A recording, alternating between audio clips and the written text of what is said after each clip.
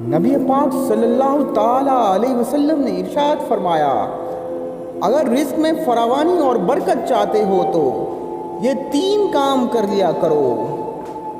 پہلا کام، گھر میں داخل ہوتے وقت بلند آواز میں سلام کیا کرو، اور دوسرا عمل، سلام پڑھنے کے بعد درود شریف پڑھا کریں، چاہے الصلاۃ والسلام علیک یا سیدی یا رسول اللہ۔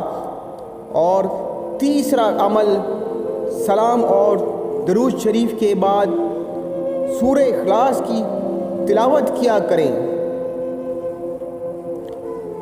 نبی پاک صلی اللہ تعالی علیہ وسلم نے ارشاد فرمایا، اگر جس نے ان 3 عمل کو اپنی عادت بنا لیا تو انشاءاللہ تعالی اس کے گھر میں رزق کی فراوانی ہوگی اور کبھی تنگی نہیں ہوگی۔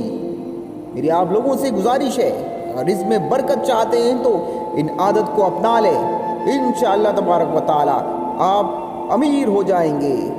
شکریہ۔